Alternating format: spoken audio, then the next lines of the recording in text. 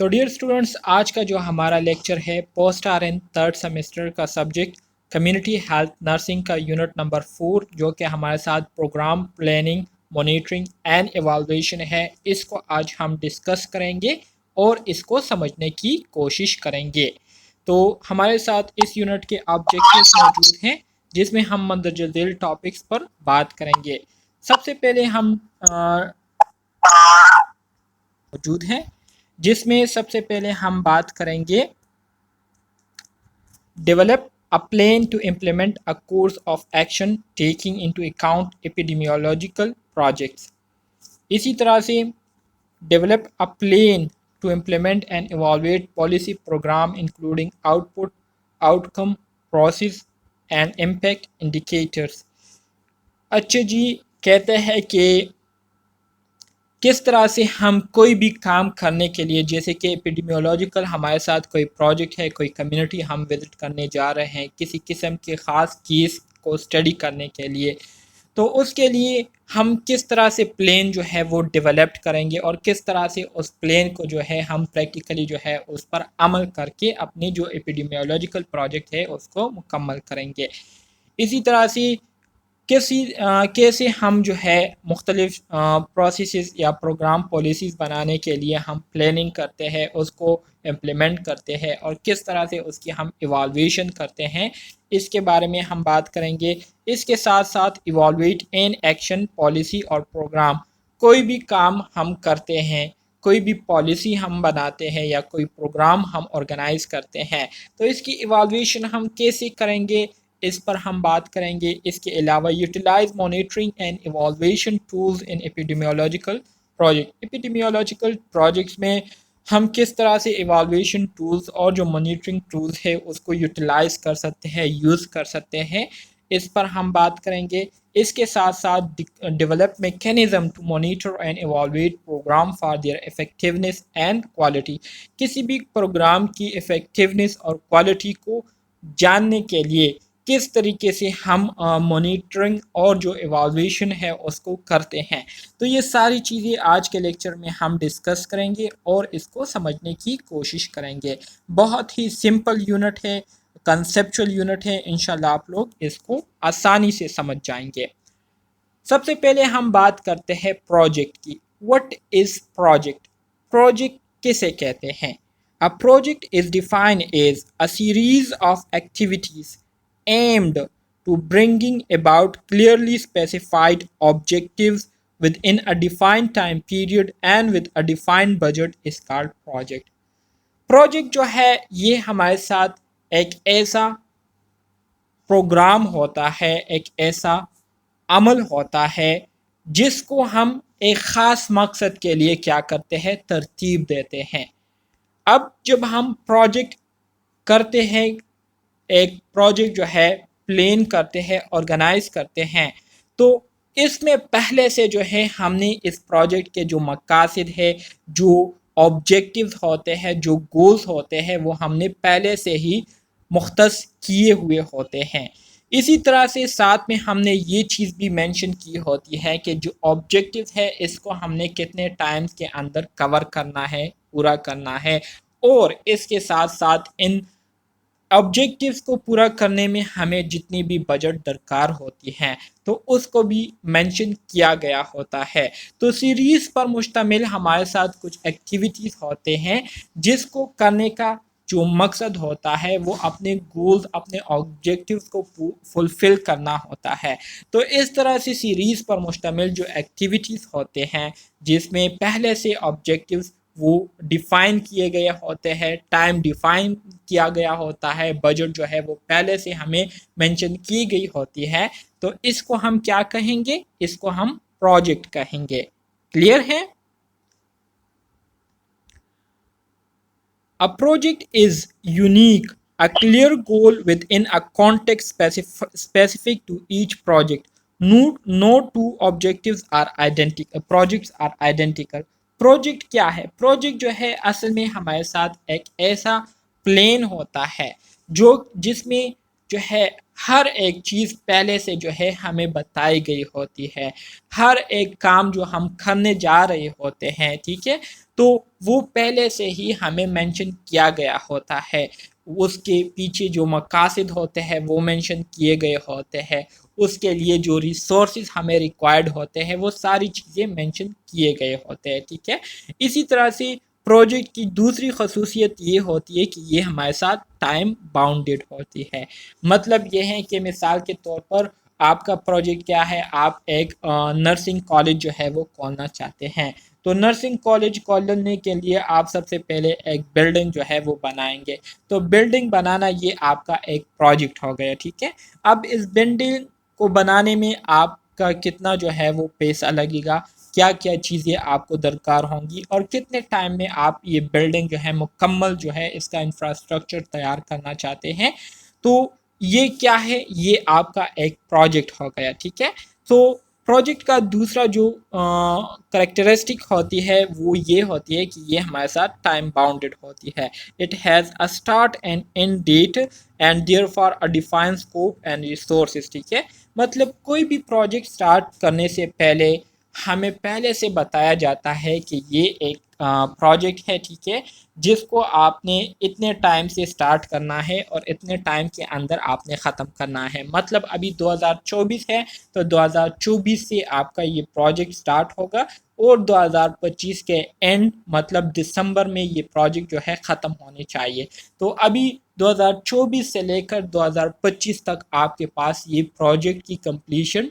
Dead line آپ کو دی گئی ہے کہ اس کے اندر ہی ہمیں چاہیے، اس سے اگر ایک دن بھی اضافہ ہو گیا تو آپ کا جو پروجیکٹ ہے وہ فیل ہو جائے گا، وہ ان ایکسیپٹیبل نہیں رہے گا۔ تو سمپل الفاظ میں میری بات کا مطلب یہ ہے کہ پروجیکٹ کی جو دوسری خصوصیت ہوتی ہے وہ یہی ہوتی ہے کہ جس میں آپ کو جو بھی کام کرنا ہوتا ہے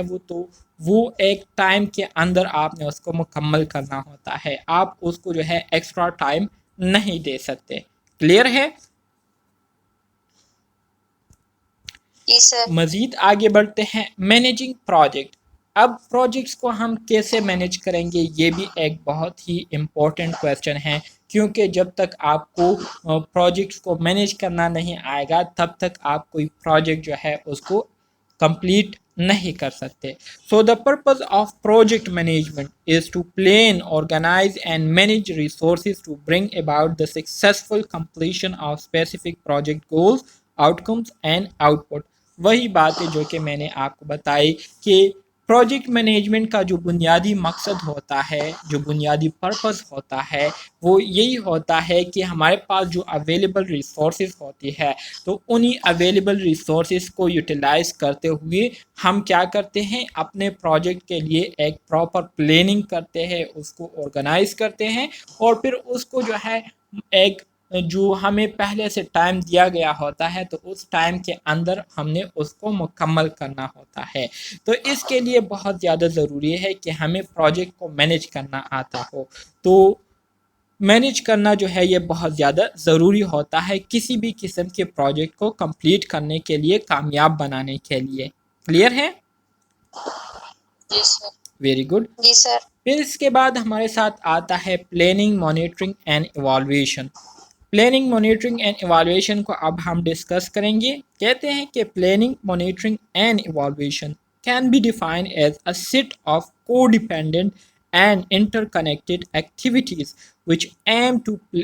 measure the result and outcome of a project and assess its impacts while meeting quality,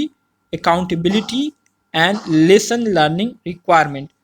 planning, monitoring and evaluation. Planning تو اصل میں آپ کے پاس وہ پروسیس ہوتا ہے جس میں ہم جو کام کرنا چاہتے ہیں تو اس کام کو کرنے کے لیے ہمیں کیا کیا چیزیں درکار ہوگی اس کو پہلے سے ہی ہم اپنے ساتھ کیا کر لیتے ہیں، مینشن کر لیتے ہیں۔ اگر ایک کام ہم کرنا چاہتے ہیں تو اس کو ہم نے کس طریقے سے کرنا ہوگا تو وہ میتھڈ ہم اس پلاننگ میں کیا کر لیتے ہیں، شامل کر لیتے ہیں۔ پھر اس میتھڈ کو کرنے کے لیے ہمیں کتنا ٹائم درکار ہوگا، کیا کیا ریسورسز ہمیں پڑیں گی، تو یہ ساری چیزیں ہم کیا کرتے ہیں، پلاننگ میں مینشن کر لیتے ہیں۔ پھر اس کے بعد جو دوسرا سٹیپ آتا ہے وہ ہے مانیٹرنگ۔ مانیٹرنگ کے دوران ہم کیا کرتے ہیں، مانیٹرنگ کے دوران ہم اپنی پلاننگ کو آبزرو کرتے ہیں، انسپیکشن کرتے ہیں کہ جو کام ہو رہے ہیں آیا وہ ہماری پہلے سے پلان کیے ہوئے ایکٹیویٹیز کے مطابق ہو رہے ہیں یا نہیں، آیا ہم اپنے آپ سے تو کوئی کام نہیں کر رہے یا کوئی ایکسٹرا کام تو نہیں کر رہے جس کی وجہ سے ہمارا بجٹ جو ہے وہ آؤٹ آف کنٹرول ہو سکتا ہے، اس میں جو ہے کمی آ سکتی ہے ایکسٹرا ایکٹیویٹیز کرنے کی وجہ سے۔ تو اس وجہ سے ہم کیا کرتے ہیں، مانیٹرنگ بھی کرتے ہیں، مسلسل اس کو ہم کیا کرتے ہیں، انڈر آبزرویشن رکھتے ہیں۔ اس کے ساتھ ساتھ لاسٹ میں ہمارے ساتھ جو پارٹ آتا ہے وہ ہے ایوالویشن۔ ایوالویشن جو ہے یہ ایک بہت ہی امپورٹنٹ کمپوننٹ ہوتا ہے پروجیکٹس کا، کیونکہ اس کے ذریعے ہم اس بات کی یقین دہانی کرتے ہیں کہ ہم نے جو پلاننگ کی تھی تو آیا ان سارے آبجیکٹیوز پر ہم نے عمل کر لیا ہے یا نہیں، یا کوئی پوائنٹ جو ہے ہم سے رہ گیا ہے یا نہیں۔ اس کے ساتھ ساتھ جو گولز ہم نے سیٹ کیے ہوئے تھے پروجیکٹ کو کرنے کے، آیا وہ گولز ہم اچیو کر چکے ہیں یا نہیں، آیا ہمارا مقصد پورا ہو چکا ہے یا نہیں۔ تو یہ سب کچھ جو ہے ہمیں ایوالویشن کے ذریعے ہی اس کا پتہ چلتا ہے۔ تو یہاں پر یہ بات ظاہر ہو جاتی ہے کہ پلاننگ، مانیٹرنگ اور ایوالویشن یہ تینوں ایک دوسرے پر کیا ہے، ڈیپینڈ کرتے ہیں، یہ تینوں جو ہے ایک دوسرے کے ساتھ انٹر کنیکٹڈ ہے، ٹھیک ہے۔ نرسنگ کیئر پلان ہے تو نرسنگ کیئر پلان بالکل اسی طرح سے نرسنگ کیئر پلان میں بھی ہم کیا کرتے ہیں، بالکل یہی کام کرتے ہیں کہ سب سے پہلے ہم اسیسمنٹ کرتے ہیں، ڈیٹا گیدر کرتے ہیں۔ ڈیٹا گیدر کرنے کے بعد پھر ہم اسی ڈیٹا کے مطابق پرابلم کو آئیڈینٹیفائی کرتے ہیں جس کو ہم نرسنگ ڈائگنوسس کہتے ہیں۔ پرابلم کو آئیڈینٹیفائی کرنے کے بعد پھر اس کو سالو کرنے کے لیے ہم پلاننگ کرتے ہیں کہ اچھا جی یہ مسئلہ ہے، یہ مسئلہ ہم کیسے سالو کر سکتے ہیں، تو اس کے مطابق پلاننگ کر لیتے ہیں۔ پھر جو فورتھ نمبر سٹیج ہمارے ساتھ آتا ہے وہ ہے امپلیمنٹیشن، مطلب جو پلاننگ ہم نے کی ہوتی ہے اس کو پریکٹیکلی پیشنٹ پر اپلائی کرنا شروع کر دیتے ہیں۔ اور لاسٹ میں ہمارے ساتھ جو سٹیپ آتا ہے وہ ہے ایوالویشن، جس میں ہم اپنے پیشنٹ کی بیفور ٹریٹمنٹ کنڈیشن اور آفٹر ٹریٹمنٹ کنڈیشن کو کمپیئر کرتے ہیں، جس سے ہمیں واضح طور پر پتہ چل جاتا ہے کہ پیشنٹ کی ہیلتھ سٹیٹس میں امپروومنٹ آئی ہے یا نہیں، اور جو ہم نے پلاننگ کی تھی تو اس کے مطابق ہم نے کام کیا ہے یا نہیں۔ تو بالکل آپ کی بات صحیح ہے، بالکل نرسنگ کیئر پلاننگ کی طرح ہی یہ ہوتا ہے۔ پلاننگ میں ہم کیا کرتے ہیں، planning can be define as a process of setting goals, developing strategies, outlining the implementation arrangement and allocating resources to achieve those goals is called planning۔ Already میں آپ کو بتا چکا ہوں کہ پلاننگ یہ وہ عمل ہوتا ہے جس میں ہم اپنی آرگنائزیشن یا جو پروجیکٹس ہوتے ہیں اس کے گولز کو سیٹ کرتے ہیں، اپنے لیے کیا کرتے ہیں، گول سیٹ کرتے ہیں، پھر ان گولز کو پورا کرنے کے لیے اسٹریٹجیز جو ہے ہم ڈیولپ کرتے ہیں کہ کس طرح سے ہم یہ کام کریں گے۔ اس کے ساتھ ساتھ out lining the implementation arrangement, in planning کو ہم پریکٹیکلی کیسے اپلائی کریں گے، اور اس کے ساتھ ساتھ ہمیں کس طرح کے ریسورسز کی ضرورت پڑے گی کہ اس کے ذریعے ہم اپنے مقاصد کو پورا کر سکیں۔ تو اس عمل کو ہم کیا کہتے ہیں، اس عمل کو ہم پلاننگ کہتے ہیں۔ کلیئر ہے؟ کلیئر ہے sir. Very good very good. پھر اس کے بعد ہمارے ساتھ آتا ہے مانیٹرنگ۔ مانیٹرنگ کیا ہے؟ مانیٹرنگ یہ بھی ہمارے ساتھ ایک پروگرام ہوتا ہے یا انٹرونشن ہوتی ہے، انوالو دا کلیکٹنگ یا collection of routine data that measure progress toward achieving programme objective. آپ کسی پروجیکٹ پر کام کر رہے ہیں، ٹھیک ہے، اور آپ ڈیلی بیسس پر اس جگہ جاتے ہیں جہاں پر کام ہو رہا ہے، ان کی کام کو آپ دیکھتے ہیں، انسپیکشن کرتے ہیں اور دیکھتے ہیں کہ آیا ہمارے کام میں بہتری آ رہی ہے یا نہیں، آیا ہمارے کام میں جو ہے پروگریس ہو رہا ہے یا نہیں۔ تو اس عمل کو کیا کہتے ہیں، اس عمل کو ہم مانیٹرنگ کہتے ہیں، ٹھیک ہے۔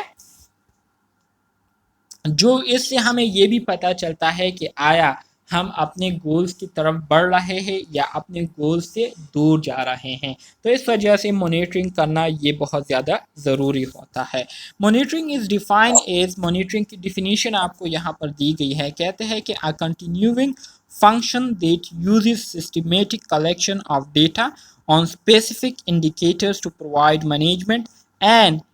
the maintain yeah, the main stakeholders with indication of the extent of progress and achievement of objective and progress in the use of